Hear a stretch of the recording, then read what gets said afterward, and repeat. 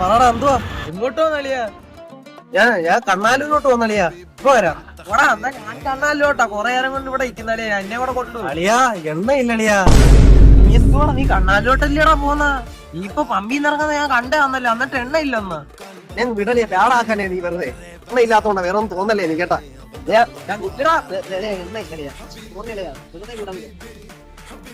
എന്തൊരു ചെറുക്കൻ ഡ്രൈവൻ.